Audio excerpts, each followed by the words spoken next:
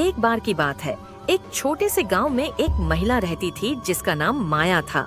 माया की सबसे बड़ी विशेषता यह थी कि वह अपनी खूबसूरती के लिए जानी जाती थी, लेकिन धीरे धीरे गांव वालों ने उसके बारे में अजीब बातें करना शुरू कर दिया। लोगों का कहना था कि माया पर एक श्राप लगा हुआ है और वह एक डायन है।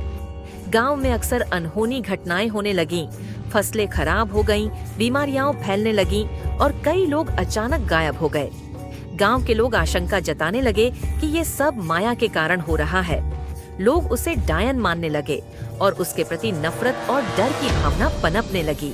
एक दिन गांव की पंचायत ने एक बैठक बुलाई और तय किया कि माया को गांव से बाहर निकाल दिया जाना चाहिए। कुछ लोग तो उसे जलाने की साजिश भी बना रहे थे।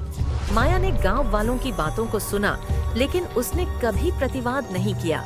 वह जानती थी कि उसके पास अपनी भलाई के लिए कुछ नहीं था और वह केवल अपना दुख सहन कर रही थी।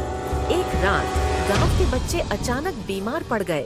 उनकी माताएं बहुत चिंतित थीं। उन्होंने गांव के कुंज में एक जादूगर को बुलाने का फैसला किया, जो हमेशा अपने जादू से बीमारियों का इलाज करता था। जादूगर ने कहा कि गांव की बुरी किस्मत का कारण माया है और उसे हटा देना आवश्यक है। लेकिन उस जादूगर ने माया के पास जाने का निश्चय किया।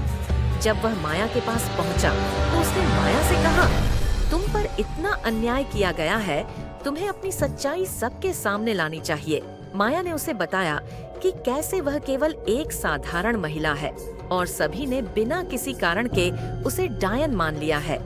जादूगर ने माया से कहा कि अगर वह अपनी सच्चाई साबित करना चाहती है तो उसे गांव में जाकर सबको अपनी शक्ति दिखानी होगी। माया ने हिम्मत जुटाई और गांव वालों के सामने खड़ी हो गई। उसने कहा, मैं एक डायन नहीं हूँ, मैं केवल एक व्यक्ति हूँ जो अपने जीवन को जीने की कोशिश कर रही है। कभी कभी लोग हमें समझने में गलतियाँ करते हैं।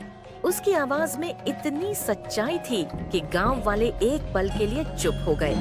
माया ने अपनी असली पहचान और सहानुभूति के साथ अपनी कहानी बताई। धीरे धीरे गांव वालों ने उसकी बात सुनी और समझा कि वे गलत थे। कुछ समय बाद गांव के बच्चे ठीक हो गए और गांव की किस्मत भी सुधरने लगी। लोग माया को एक साधारण महिला के रूप में देखने लगे। गांव के लोगों ने मिलकर उसे फिर से अपनाया। इस तरह माया ने साबित कर दिया कि सच्चाई और साहस के साथ किसी भी स्थिति का सामना किया जा सकता है। कहानी यह सिखाती है कि हमें किसी के बारे में बिना कारण लिया गया निर्णय नहीं करना चाहिए और हर किसी को उनके कर्मों के आधार पर समझना चाहिए। अगर वीडियो पसंद हो तो लाइक करें। इसी तरह की वीडियो और देखने के लिए चैनल सब्सक्राइब करें।